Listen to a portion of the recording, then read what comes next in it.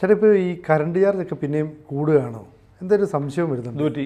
അതായത് വീട്ടിൽ സാധാരണ അടയ്ക്കുന്നതിനെക്കാട്ടിലും ഒരു 500 രൂപയാണ് ഇത്തവണ ബില്ല് കൂടി വന്നത്. ഇത്തവണ അങ്ങനെ ഈ മഴയൊക്കെ പെയ്തുകൊണ്ട് സാധാരണ ഇതിൽ കുറച്ച് കറണ്ട് ചാർജ് കുറഞ്ഞു വരുമോ നമ്മൾ പ്രതീക്ഷിച്ചത്? അതിൻ്റെ രഹസ്യം ഞാൻ പറഞ്ഞുതരാം. എൻ്റെ കയ്യിലൊരു ബില്ലുണ്ട്, നമ്മുടെ ഒരു സുഹൃത്തിൻ്റെയാണ്. അതിനകത്ത് annual ACD, annual cash deposit, ആ ബില്ലിൽ അദ്ദേഹത്തിൻ്റെ 825 രൂപ പിരിച്ചിട്ടുണ്ട്. അതുപോലെ സിനുവിന് ഒരു 500 രൂപ പിരിച്ചിട്ടുണ്ടാവും.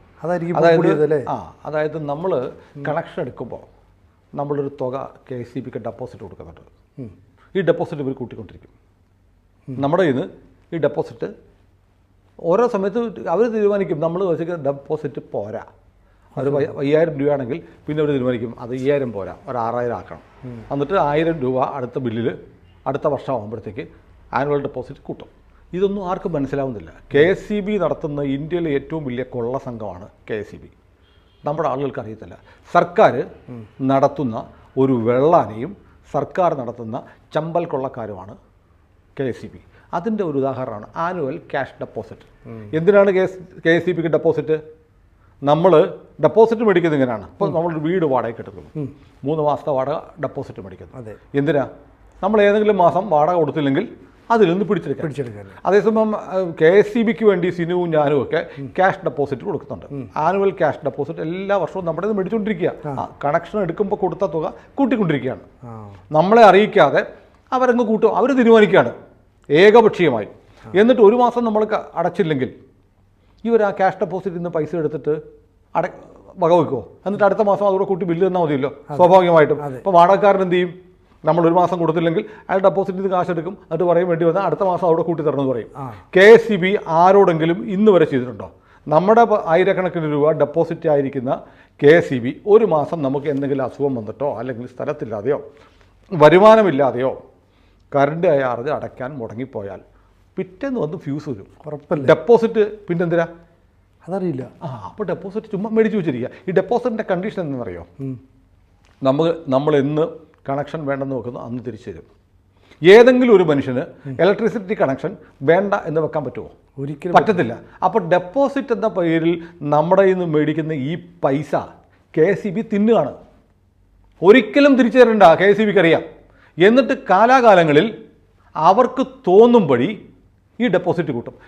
ഈ മാസം കേരളത്തിലെ മുഴുവൻ കൺസ്യൂമേഴ്സിനും നിങ്ങൾ ബില്ലെടുത്ത് നോക്കിയറിയാം, ACD എന്ന് പറഞ്ഞ് നമ്മളറിയാതെ, എന്തിനാണെന്നറിയാതെ, എന്ത് മാനദണ്ഡത്തിലാണ് കൂട്ടിയതെന്നറിയാതെ 100 കണക്കിന് രൂപ, 100 അല്ലെങ്കിൽ 1000 കണക്കിന് രൂപ കൂട്ടിയിട്ടുണ്ട്. എനിക്ക് വന്നിട്ടുണ്ട് 2000 രൂപ എനിക്ക് കൂട്ടിയിരിക്കുന്നത്. 2000 രൂപ എൻ്റെ ബില്ലിൽ. എനിക്ക് ഈ മാസത്തെ ഇലക്ട്രിസിറ്റി ബില്ല് 10000 രൂപയാണ്. നമ്മുടെ ഉപഭോഗം അനുസരിച്ച് എമൗണ്ട് കൂടിക്കൊണ്ടിരിക്കും. 10000 രൂപയുടെ ബില്ല് വന്നിരിക്കുന്ന ആളാണ് ഞാൻ. ഈ ബില്ലൊന്ന് എടുത്ത് നോക്കണം, KCBയുടെ ബില്ല്. ഞാൻ എൻ്റെ പക്കൽ എൻ്റെ സുഹൃത്ത് അയച്ചു തന്നിരിക്കുന്ന ബില്ലിൻ്റെ ഓരോ പിരിവ് വായിക്കാം. ഇത് കാണുന്ന പ്രേക്ഷകർ നിങ്ങൾ ഓരോരുത്തരുടെയും ബില്ലെടുത്തൊന്ന് വായിക്കണം. ഈ കൊള്ളസംഘം മാൻസിംഗിനെയും ഫുലാൻ ദേവിയെയും തോൽപ്പിക്കുന്ന KCB കൊള്ളക്കാർ നടത്തുന്ന വെട്ടിപ്പ് ഞാൻ പറഞ്ഞുതരാം. എനർജി ചാർജ് എന്ന് വെച്ചാൽ ഊർജ്ജ നമുക്ക് ഇലക്ട്രിസിറ്റി എന്ന നിലയിൽ നമുക്ക് തരുന്ന എനർജിയുടെ ചാർജ് 1594 രൂപ 45 പൈസ. അതാണ് എനിക്ക് ഈ ബില്ല് അയച്ചു തന്ന കൺസ്യൂമർ ഈ മാസം ഉപയോഗിച്ച കറണ്ടിൻ്റെ ചാർജ്. എത്ര രൂപയാണ്? 1594 രൂപ 45 പൈസയുടെ കറണ്ട് എടുത്തിട്ടുണ്ട്. അയാളുടെ ബില്ല് എത്രയാണെന്നറിയോ? 2722 രൂപ. 1200 രൂപ കൂടുതലാണ്. അതെ, നമ്മൾ ഒരു കടയിൽ നിന്നൊരു സാധനം മേടിച്ചാൽ, നിങ്ങൾ 5 കിലോ അരി മേടിച്ചാൽ 50 രൂപയാണ്, 250 രൂപ കൊടുത്താൽ പോരെ? അതെ. പക്ഷേ ആ 5 കിലോ അരി മേടിച്ച് കഴിയുമ്പോൾ ഒരു 500 രൂപയുടെ കൂടുതൽ തരാൻ പറഞ്ഞാലോ? നമ്മൾ ചോദിക്കും അതെന്തിനാ? നിങ്ങൾ ചോദിക്കുന്നുണ്ടോ? KCBക്കാരൻ ഇത് ഇങ്ങനത്തെ ബില്ല് തന്നിട്ട് നിങ്ങൾ ചോദിച്ചോ? നിങ്ങൾ എല്ലാ മാസവും മേടിച്ചിട്ട് ആ ലാസ്റ്റ് ഡേറ്റിൽ ഫ്യൂസ് ഊർന്ന് പറഞ്ഞ് പോയി അടച്ചുകൊണ്ടിരിക്കുകയല്ലേ? ഈ പറയുന്ന സുഹൃത്തിൻ്റെ 1594 രൂപ 45 പൈസ എനർജി ചാർജ് ഉണ്ടായിട്ട് അയാൾക്ക് കിട്ടിയിരിക്കുന്ന ബില്ല് 2722 രൂപയാണ്. 1200 രൂപ അധികമായി പിടിച്ചിട്ടുണ്ട്. എന്തിനെന്ന് ചോദിക്കുന്നില്ല. ഇനി എന്തിനെന്ന് ഞാൻ പറഞ്ഞുതരാം. ഡ്യൂട്ടി, അതിൻ്റെ ഡ്യൂട്ടി 10%. ഡ്യൂട്ടി അത് 159 രൂപ 45 പൈസ. തീർന്നു. അടുത്തത് കേൾക്കണേ, ഫ്യൂവൽ ചാർജ് 31 രൂപ 59. എന്ത് ഫ്യൂവല്? നിങ്ങൾ മണ്ണെണ്ണ ഒഴിച്ചിട്ടാണ് ബൾബ് കത്തിക്കുന്നത്? അല്ല. KCBയുടെ കറണ്ട് ഉപയോഗിച്ചാൽ നമ്മൾ ഫ്യൂവൽ ചാർജ് കൊടുക്കണം. ഇവരവിടെ ഗ്യാസ് സ്റ്റൗ കത്തിച്ച് ചായ ഉണ്ടാക്കി കുടിക്കുന്നുണ്ടായിരിക്കും, അതിന് നമ്മൾ കാശ് കൊടുക്കണം, ഫ്യൂവൽ ചാർജ്. ഇനി പറയാൻ പോകുന്ന KSEB, നാഫ്ത, കൽക്കരി തുടങ്ങിയ സാധനങ്ങളെല്ലാം പിടിച്ച് കറണ്ട് ഉണ്ടാക്കുന്നുണ്ട്. അതിന് നമ്മൾ അവിടെ കുട്ടികളുടെ നമ്മുടെ ബില്ല് തന്നിരിക്കുന്നത്. നമ്മൾ മേടിച്ച സാധനത്തിനുള്ള ബില്ല്. പിന്നെ അത് ഉണ്ടാക്കിയതിൻ്റെ കാശ് എന്താ? ഇത് നിങ്ങൾ ഒരു സാധനം ഉണ്ടാക്കും, ഒരു സാധനം വിൽക്കുമ്പോൾ അതിൻ്റെ ഉൽപ്പാദന ചെലവൂടെ ചേർത്തിട്ടില്ലേ? ഇവർ ഫ്യൂവല് ഇപ്പം നമ്മുടെ കായംകുളത്ത് താമരയുണ്ട്, അവിടെ നാഫ്തയാണ് ഉപയോഗിക്കുന്നത്. നാഫ്ത മേടിച്ചതിൻ്റെ ചിലവാണോ? ഇടാപ്പാ അതും കൂടെ ചേർത്തല്ലേ നിൻ്റെ പ്രൊഡക്റ്റിൻ്റെ പൈസയായ 1594 രൂപ 45 പൈസ. പിന്നെ ഞാൻ എന്തിനാണ് നിനക്ക് ഫ്യൂവൽ ചാർജ് തരുന്നത്? ചോദിക്കുന്നുണ്ടോ? ചോദിക്കുന്നില്ല. തീർന്നില്ല. ഇനിയൊരു ഫിക്സഡ് ചാർജ് ഉണ്ട്. ചുമ്മാ എല്ലാ മാസവും ഒരു ഫിക്സഡ് ചാർജ് കൊടുക്കണം. അത്രയും 240 രൂപ. അത് നേരത്തെ പറഞ്ഞ ഇതാണോ? അല്ല, വേറെ. ഇത് വേറെ. നിങ്ങൾ എൻ്റെ മനുഷ്യ ഒരു ദിവസമെങ്കിലും നിങ്ങളുടെ കൈ കിട്ടുന്ന ബില്ലെടുത്തൊന്ന് വായിക്ക്. നിങ്ങളെ ഇവന്മാരെ എങ്ങനെയാണ് നിങ്ങളുടെ കിഡ്നി വരെ അടിച്ചു മാറ്റും നിങ്ങൾക്ക് മനസ്സിലാവും. ഫിക്സഡ് ചാർജ് മാസം തോറും നമ്മൾ കറണ്ട് ചാർജിന് പുറമെ ഫിക്സഡ് ചാർജ് ആയിട്ട് കൊടുക്കണം. ഈ സുഹൃത്തിന് 240 രൂപ. നിങ്ങളുടെ ബില്ല് എത്രയാണെന്ന് വീട്ടിൽ പോയി എടുത്ത് നോക്കണം. എന്തിനു കൊടുക്കുന്ന ഫിക്സഡ് ചാർജ്? നമ്മളൊരു പ്രൊഡക്റ്റ് വാങ്ങുകയാണ്. ലോകത്തൊരു പ്രൊഡക്റ്റും ഒരു മനുഷ്യനും ഇങ്ങനെ വാങ്ങുന്നുണ്ടാവത്തില്ല. ഒരു സാധനത്തിന് എനർജിയുടെ, അയാൾ ഉപയോഗിക്കുന്ന എനർജിയുടെ കാശ് കൂടാതെ ഡ്യൂട്ടി പോട്ടെ, സമ്മതിച്ചു. ഫ്യൂവൽ ചാർജ് അറിയില്ല. പിന്നെ ഫിക്സഡ് ചാർജ് എന്തിന് ചോദിച്ചിട്ടുണ്ടോ നിങ്ങൾ? കേരളത്തിലെ 4 കോടി ജനങ്ങളുണ്ട്. ഏതാണ്ട് 90% വീടുകളിലും കറണ്ടുണ്ട്. നിങ്ങളെ കൊള്ളയടിക്കുകയാണ് ഇവന്മാരെന്ന് നിങ്ങൾ അറിയുന്നില്ല. എന്തിന് ഫിക്സഡ് ചാർജ്? തീർന്നില്ല. അടുത്ത കേൾക്കണം, മീറ്റർ റെൻറ്റ് 12 രൂപ. മീറ്ററേ, ഓർക്കുന്നുണ്ടോ ഈ മീറ്റർ ആരുടെയാന്ന്? മീറ്റർ നിങ്ങളുടെയാ. നിങ്ങൾ കണക്ഷൻ എടുക്കുമ്പോൾ മീറ്റർ വില കൊടുത്ത് മേടിക്കുകയാണ്. നമ്മൾ പൈസ കൊടുത്തിട്ടാണ് മേടിക്കുന്നത്. അതെ, നിങ്ങൾ വില കൊടുത്ത് മേടിച്ച മീറ്ററിന് റെൻറ്റ്, വാടക. നിങ്ങൾക്ക് സ്കൂട്ടർ ഉണ്ടോ? സ്കൂട്ടറിന് കാശ് കൊടുത്ത് മേടിച്ചല്ലേ? അത് നിങ്ങളോട് വാടക മേടിക്കുമായിരിക്കും. മോട്ടോർ വെഹിക്കിൾ ഡിപ്പാർട്ട്മെൻറ്റ് എല്ലാ മാസവും നിങ്ങളോട് പറയാം, നിങ്ങൾക്ക് സ്കൂട്ടർ ഉണ്ട്, നിങ്ങൾ രജിസ്ട്രേഷൻ എടുത്തിട്ടുണ്ട്, അതുകൊണ്ട് 250 രൂപ റെൻറ്റ് തരാമെന്ന് പറഞ്ഞാൽ നിങ്ങൾ എന്ത് പറയും? പോയി പണി നോക്കടാ പട്ടി എന്ന് പറയും അല്ലേ? അതെ അതെ. നിങ്ങൾ KSEB എന്താ പറയാത്തത്? അറിയില്ല. നമുക്കൊരു നിങ്ങൾ മേടിച്ച് നിങ്ങൾ കണക്ഷൻ എടുക്കുമ്പോൾ നിങ്ങൾ കാശ് കൊടുത്ത് മേടിച്ചതാണ് സാർ നിങ്ങളുടെ മീറ്റർ. അതിന് KSEB വാടക പിരിക്കുന്നു നിങ്ങളുടെ സാധനത്തിന്. കണ്ടിട്ടുണ്ടോ നിങ്ങൾ ബില്ലിൽ? നോക്കിയിട്ടില്ല. ഇനി അടുത്തതാണ്, നിങ്ങൾ കാശ് കൊടുത്ത് മേടിച്ച് നിങ്ങൾ മാസം തോറും വാടക അടച്ചുകൊണ്ടിരിക്കുന്ന മീറ്ററിന് GST ഉണ്ട്. മീറ്റർ മേടിക്കുമ്പോൾ ഒരു GST ഉണ്ട്. അതെ. പിന്നെ എല്ലാ മാസവും നിങ്ങൾ സ്വന്തമായിട്ട് മേടിച്ചു കൊടുത്തിട്ട് ഇവന് വാടക കൊടുത്തുകൊണ്ടിരിക്കുന്ന വാടക കൊടുക്കേണ്ട കാര്യമില്ല. നിങ്ങളുടെ മുതൽ നിങ്ങൾ വാടക കൊടുക്കുകയാണ്. ആ കൊടുക്കുന്ന വാടകയ്ക്ക് GST എത്ര പൈസയാണെന്നറിയോ? 2 രൂപ 16 പൈസ. നാണം ഉണ്ടോ ഉപഭോക്താവേ? നാണം, അല്പമെങ്കിലും നാണമുണ്ടോ? തീർന്നില്ല. ഇനി എനിക്ക് മനസ്സിലായിട്ടില്ല കേട്ടോ, ഓട്ടോ റിക്കവറി, അതായത് സ്വമേധയാ റിക്കവർ ചെയ്യുന്നൊരു തുക എന്തിനാണെന്ന് എനിക്കറിയില്ല. ഓട്ടോ റിക്കവറി എന്നും പറഞ്ഞ് പിടിച്ചിരിക്കുന്നത് 35 രൂപ 10 പൈസ. റിക്കവറി തിരിച്ചു പിടിക്കലാണ് അല്ലേ? KSEB നമുക്ക് എന്തോ ഇങ്ങോട്ട് തന്നിട്ട് തിരിച്ചു പിടിക്കും. നിങ്ങൾക്ക് ചിലപ്പോൾ നിങ്ങളുടെ അക്കൗണ്ടിൽ KSEB കുറച്ച് പൈസ ഇട്ടുന്നതായിരിക്കും, അത് മാസം തോറും പിടിക്കുന്നതായിരിക്കും. ഓട്ടോമാറ്റിക്കായിട്ട് റിക്കവർ ചെയ്യുകയാണ് 35 രൂപ 10 പൈസ. തീർന്നല്ലോ. ഇത്രയൊക്കെ വന്നപ്പോൾ ഒരു തുകയായി. ഇതൊന്ന് വട്ടം എത്തിക്കുക, റൗണ്ട് ഓഫ്. അറിയാമല്ലോ, ഒരു 30 രൂപ 95 പൈസയാണെങ്കിൽ 5 പൈസ കൂട്ടിയിട്ട് 40 രൂപ ആക്കുമെന്ന് പറഞ്ഞ പോലെ ഇതെല്ലാം റൗണ്ട് ഓഫ് ആയിട്ട് 25 പൈസ. 25 പൈസ കേരളത്തിലെ 1 കോടി വീട്ടിൽ നിന്ന് കൂട്ടി നോക്കണം എത്ര കാശ് കിട്ടുമെന്ന്. കൊള്ള, ഇത്രയും കൊള്ള കഴിഞ്ഞില്ലേ? അങ്ങനെ എത്രയായി? 1594 രൂപയുടെ കറണ്ട് ഉപയോഗിച്ച സഹോദരൻ 2075 രൂപ അടയ്ക്കണം. അതിൻ്റെ കൂടെ ആദ്യം പറഞ്ഞ SCD, ആനുവൽ ക്യാഷ് ഡെപ്പോസിറ്റ്, വർഷം തോറും നിങ്ങൾ ഡെപ്പോസിറ്റ് ആയിട്ട് കൊടുക്കണം. എല്ലാ വർഷവും കൊടുത്തുകൊണ്ടിരിക്കണം നിങ്ങൾ. അത് 825 രൂപ. തീർന്നില്ല. ചുമ്മാ കൊടുത്തു ഒരു തുകയുണ്ട്. അഡ്വാൻസ് 193 രൂപ. എന്തിന്? നിങ്ങൾ KSEBക്ക് അഡ്വാൻസ് ആയിട്ട് 193 രൂപയുടെ കൊടുത്തിട്ടുണ്ട്. എന്തിനാ? ആരുടെ അമ്മൂമ്മ കെട്ടിക്കാനാ? നിങ്ങൾ ബില്ല് വായിച്ചു. ഞാൻ പ്രേക്ഷകരായ ഉപഭോക്താക്കളായ പ്രേക്ഷകരോട് ചോദിക്കുക, നിങ്ങൾ അറിയുന്നുണ്ടോ നിങ്ങളെ ഇവർ കൊള്ളയടിക്കുന്നത്? അറിയില്ലെന്നേ. സാധാരണക്കാരായ ഒരു മനുഷ്യൻ ഈ ബില്ല് കിട്ടുമ്പോൾ ആകെ നോക്കുന്നത് ഇത് എന്നാണ് ബില്ല് അടയ്ക്കുന്നത്. ഇത് എന്തിനാണെന്ന് നോക്കുന്നില്ല. കേരളത്തിൽ ഒരു കൊള്ള, നമ്മുടെ ബണ്ടി ചോർ ഇപ്പോൾ വന്നിട്ടുണ്ടെന്ന് പറഞ്ഞു. ഏതൊരു ബാറിൽ ആലപ്പുഴ കള്ളു കുടിച്ചതിൻ്റെ വിഷ്വൽസ് വന്നിട്ടുണ്ട്. പക്ഷെ ബണ്ടി ചോറിൻ്റെ അപ്പനായിട്ട് വരും KSEB. ഇത് കൂട്ടു നിൽക്കുകയാണ് ഇവിടുത്തെ സർക്കാർ. എന്നിട്ട് ഇത് കൂടാതെ ഇവന്മാരെന്ത് ചെയ്യും? വർഷാവർഷം നമ്മുടെ കറണ്ട് ചാർജ് കൂട്ടുകയും ചെയ്യും. കറണ്ട് ചാർജ് കൂട്ടുമ്പോൾ ആനുപാതികമായി ഈ തുകയെല്ലാം കൂട്ടും. കേരളത്തിൽ നമുക്ക് വെളിച്ചം തരുന്നു എന്നതിൻ്റെ പേരിൽ നമ്മളെ ഇതുപോലെ കൊള്ളയടിക്കുന്ന ഒരു സ്ഥാപനം വേറെയില്ല. അങ്ങനെയാണ്. പിന്നെ തീർന്നില്ല അഡ്വാൻസ് കഴിഞ്ഞിട്ട് അടുത്തുണ്ട് സർചാർജ്. എന്തിനാ? 15 രൂപ. അങ്ങനെയാണ് സഹോദര എൻ്റെ ഈ സുഹൃത്ത് 1594 രൂപ 45 പൈസയുടെ കറണ്ട് ഉപയോഗിച്ചതിന് 2722 രൂപ, അതായത് 1200 രൂപ കൂടുതൽ അടയ്ക്കുന്നത്. തീർന്നില്ല, അടുത്ത ഞാൻ പറഞ്ഞുതരാം. കറണ്ട് ചാർജിന് നിരക്ക് എങ്ങനെയാ? സ്ലാബ് അല്ലേ? അതെ. ഇത്ര യൂണിറ്റ് വരെ ഇത്ര രൂപ. അത് കഴിഞ്ഞാൽ 100 യൂണിറ്റ് വരെ ഒരു നിരക്ക്, 100 തൊട്ട് 200 വരെ അടുത്ത നിരക്ക്, 200 തൊട്ട് 300 വരെ അടുത്ത നിരക്ക്. ഇങ്ങനെയാണല്ലോ സ്ലാബ്. അതെ, ശരി. ഞാനൊരു കാര്യം ചോദിട്ടെ, സിനു നമ്മുടെ ആര്യഭവനിൽ പോയി 3 ഇഡലി കഴിച്ചു. ഒരു ഇഡലിക്ക് 20 രൂപ, 60 രൂപയായി. 4മതൊരു ഇഡലി കൂടി കഴിച്ചാൽ എന്ത് ചെയ്യും? 20 രൂപയുടെ കൊടുക്കും. അപ്പോൾ അവിടെ പറഞ്ഞിട്ടുണ്ട്, അവർ ബോർഡ് വെച്ചിട്ടാണ് 3 ഇഡലിയെ കഴിക്കാൻ പാടുള്ളൂ 20 നിരക്കിൽ. 4മത്തെ ഇഡലി കഴിച്ചാൽ 30 രൂപയാവും. സ്ലാബാണ്. സപ്പോസ് സങ്കല്പിക്കുക, ഒരു സ്ലാബ് എത്രയാണ്?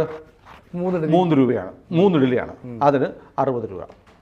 4മത് ഇഡലി കഴിച്ചാൽ 4 തൊട്ട് 6 വരെയുള്ള ഇഡലി കഴിച്ചാൽ 30 രൂപ ചൂട്, 30 രൂപ പൂച്ച കഴിച്ച് ഓരോ ഇഡലിക്ക് 30 രൂപ ചൂടും. അപ്പോൾ എന്ത് ചെയ്യണം? നിങ്ങൾ 3 എണ്ണം കഴിച്ചു കഴിഞ്ഞാൽ ഓക്കെ 60 രൂപ. 4മത് നിങ്ങൾ ഒരു ഇഡലി കഴിക്കുന്നു, അപ്പോൾ അതിന് 30 രൂപ, 90 രൂപയല്ലേ ആവുള്ളൂ. അതോ നിങ്ങൾ 3 ഇഡലി 60 രൂപയ്ക്ക് കഴിച്ച് 4മത്തെ ഇഡലി 30 രൂപ കഴിക്കുമ്പോൾ ഈ 4 ഇഡലിക്ക് 30 രൂപ വെച്ചാവോ? അതങ്ങനെ കണക്ക് ശരിയാവുമോ? ഇല്ലയോ? ശരിയാവില്ല. അപ്പോൾ നിങ്ങൾ ശരിക്കും കൊടുക്കണം 3 ഇഡലിക്ക് 60 രൂപയും 4മത്തെ ഇഡലിക്ക് 30 രൂപ, 90 രൂപ കൊടുക്കണം. KCBയിൽ അങ്ങനെയല്ല. നിങ്ങൾ 1 തൊട്ട് 100 യൂണിറ്റ് വരെ നിങ്ങൾക്ക് 5 രൂപയ്ക്ക് കിട്ടും നിൽക്കട്ടെ. നിങ്ങൾ 110 യൂണിറ്റ് ഉപയോഗിച്ചാൽ 101 മുതൽ 110 അതിൻ്റെ റേറ്റ് 6 രൂപയാണെങ്കിൽ 101 മുതൽ 110 വരെയുള്ള യൂണിറ്റിൻ്റെ 6 രൂപ എടുക്കാവുള്ളൂ അല്ലേ? അതെ. KCB അങ്ങനെയല്ല ചെയ്യുന്നത്. KCB 1മത്തെ യൂണിറ്റ് തൊട്ട് 6 രൂപ എടുക്കും. 110ലേക്ക് അറിയാമോ നിങ്ങൾക്ക്? അതറിയില്ല. അങ്ങനെയാണ്. സംശയമായിട്ട് നോക്ക്. ഞാൻ ഇഡലിയുടെ കണക്ക് പറഞ്ഞതുകൊണ്ടാണ്. നിങ്ങൾ ഹോട്ടലിൽ പോയി 3 ഇഡലിക്ക് 60 രൂപയ്ക്ക് കഴിക്കുന്നു. 4മത്തെ ഇഡലി ഹോട്ടലുകാരും പറയും 4മത് ഇഡലി മേടിച്ചാൽ 4 തൊട്ട് 6 വരെ 30 രൂപയാണ്, 7 തൊട്ട് 10 വരെ 50 രൂപയാണ് എന്ന് പറഞ്ഞാൽ നിങ്ങൾ 4മതൊരു ഇഡലി കഴിച്ചാൽ അതിന് 30 രൂപ, ബാക്കിയുള്ളവർ 60, അങ്ങനെ 90 രൂപ വാങ്ങാവുള്ളൂ. KCB അങ്ങനെയല്ല. KCB ഒരു ഹോട്ടൽ തുടങ്ങിയാൽ അവിടെ ആദ്യത്തെ 3 ഇഡലിക്ക് 60 രൂപ, 4മത് ഇഡലി കഴിച്ചാൽ 30 രൂപ വെച്ച് ഈ 4 ഇഡലിക്ക് കൊടുത്ത് 120 രൂപ കൊടുക്കണം. അങ്ങനെയാണ് KCB നിങ്ങളുടെ സ്ലാബിൻ്റെ പൈസ മേടിക്കുന്നത്. നിങ്ങൾക്ക് അറിയാവോ പ്രബുദ്ധരെ? അറിയത്തില്ല, ആർക്കും അറിയത്തില്ല. ഇത് എന്ത് കൊള്ളയാണ് സാർ? നിങ്ങൾക്ക് നാണമുണ്ടോ ഇങ്ങനെ പറ്റിക്കപ്പെടാൻ? നിങ്ങളെ നഗ്നമായി കൊള്ളയടിക്കുന്ന ഒരു സ്ഥാപനത്തിൻ്റെ കറണ്ട് മേടിച്ചുകൊണ്ടിരിക്കുക. വേറെ ഓപ്ഷൻ ഇല്ല. നമുക്ക് എന്ത് ചെയ്യാൻ പറ്റും? അപ്പോൾ എന്ത് ചെയ്യാൻ പറ്റും? നമ്മൾ മുമ്പൊക്കെ 1 മാസം ബില്ലടയ്ക്കുമായിരുന്നു, ഓരോ മാസം. ഇപ്പോൾ അത് ദ്വൈമാസമായി, 2 മാസം കൂടുമ്പോഴാണ്. അപ്പോൾ ഈ പറയുന്ന റേറ്റ് കൂടുന്നില്ലേ? നമ്മൾ 100 ഇതാണ് ഉപയോഗിക്കുന്നത്. ഇത്ര എല്ലാം കൂടെ ഞാൻ പറഞ്ഞു തരണ്ട. അല്ല, ഞാൻ ചോദിക്കുന്നത് സ്വന്തം ബില്ലെടുത്ത് പരിശോധിച്ചിട്ട് എത്ര രൂപ എങ്ങനെ വന്നു എന്ന് നോക്കാത്ത പമ്പര വിഡ്ഢികളോട് എന്തു പറയാനാണ്? ഞാനടക്കം എന്നെ ഉൾപ്പെടെയാണ് പറയുന്നത്. നമ്മളെ ഇവർ കൊള്ളയടിക്കുകയാണ് സാർ. എന്നിട്ട് ഇതിനെ ചാലഞ്ച് ചെയ്യാൻ ആരുമില്ല. എന്നിട്ട് KCBയുടെ അവസ്ഥ എന്താ? നഷ്ടം. എന്നിട്ട് KCBയുടെ അവസ്ഥ നഷ്ടം. ഞാൻ KCBയുടെ നഷ്ടത്തിൻ്റെ കാര്യം പറഞ്ഞു തരാം. KCBക്ക് എങ്ങനെ നഷ്ടമെന്നറിയോ? KCB നമ്മുടെ എല്ലാ സ്ഥാപനങ്ങളിലും ഡ്രൈവർമാരുണ്ട് അല്ലേ? അതെ. ഒരു സർക്കാർ സർവീസിലെ ഡ്രൈവർക്ക് എത്ര രൂപ ശമ്പളം കിട്ടും? ചുമ്മാ ഊഹം പറഞ്ഞാൽ മതി. 25-30 രൂപ മാക്സിമം. KCBയിലെ ഒരു ഡ്രൈവർക്ക് 1 ലക്ഷം രൂപ ശമ്പളമുണ്ട്. ഡ്രൈവർ ആയിരിക്കത്തില്ല, ആയിരിക്കും. ഡ്രൈവർക്ക് നിങ്ങളെന്താ അന്വേഷിച്ചു? KCBയിലെ ഒരു ഡ്രൈവർക്ക് 1 ലക്ഷം രൂപയ്ക്ക് മുകളിൽ ശമ്പളമുണ്ട്. തെറ്റാന്ന് പറഞ്ഞാൽ ഞാൻ മീശ വടിച്ചിട്ട് ഷോയ്ക്കിരിക്കും. മീശ വടിച്ചിട്ട് പകുതി മീശ വടിച്ചിട്ട് ഞാൻ ഷോയ്ക്കിരിക്കാം. KCBയിൽ 1 ലക്ഷം രൂപ ശമ്പളം മേടിക്കാത്ത ഡ്രൈവർമാരുണ്ടെങ്കിൽ സർവീസ് മൂത്തൊന്നുമില്ല. KCBയിൽ ഓവർസിയർമാരെ കണ്ടുണ്ടോ നിങ്ങൾ? എന്താ വിദ്യാഭ്യാസ യോഗ്യത? SSLC ആയിരിക്കും. SSLC ഇത് ലൈൻമാനായിട്ട് കയറി മൂത്ത് ഓവർസിയർ ആവും. അതെ. വേറെ ഏത് സർക്കാർ കുറച്ച് കഴിയുമ്പോൾ എഞ്ചിനീയറും ആയിരിക്കും ഓവർസിയർ മൂത്ത്. ഇനി വേറൊരു കാര്യം പറഞ്ഞുതരാം. ഈ സർക്കാർ ഈ സ്ഥാപനത്തിലെ ശമ്പളം, പെൻഷൻ ഇതൊക്കെ തീരുമാനിക്കുന്ന ആരാ? ഏത് സ്ഥാപനത്തിൽ? സർക്കാരാണല്ലോ. സർക്കാരിൻ്റെ അനുമതി വേണമല്ലോ. അതെ. അല്ലേ? സർക്കാരിൻ്റെ അനുമതിയോടുകൂടി വേണം, മന്ത്രിസഭാ തീരുമാനം വേണം, ഒരു സ്ഥാപനത്തിലെ ശമ്പള പരിഷ്കരണം നടത്താൻ. KCB അങ്ങനെയല്ല ചെയ്ത്. KCB ശമ്പള പരിഷ്കരണം നടത്തി. എത്ര കോടി രൂപ നഷ്ടം സർക്കാരിന് അധിക ബാധ്യത ഉണ്ടാക്കിയെന്നറിയോ? അതായത് KCB തന്നെ തീരുമാനിച്ചു അവരുടെ ആളുകളുടെ ശമ്പളം എത്ര കൂട്ടണമെന്ന് തീരുമാനിച്ചു. അതിന് ചിലവ് കൺട്രോളർ ആൻഡ് ഓഡിറ്റർ ജനറലിൻ്റെ ഏറ്റവും പുതിയ കണക്കിൽ വന്നിട്ടുണ്ട്. 1011 കോടി രൂപ.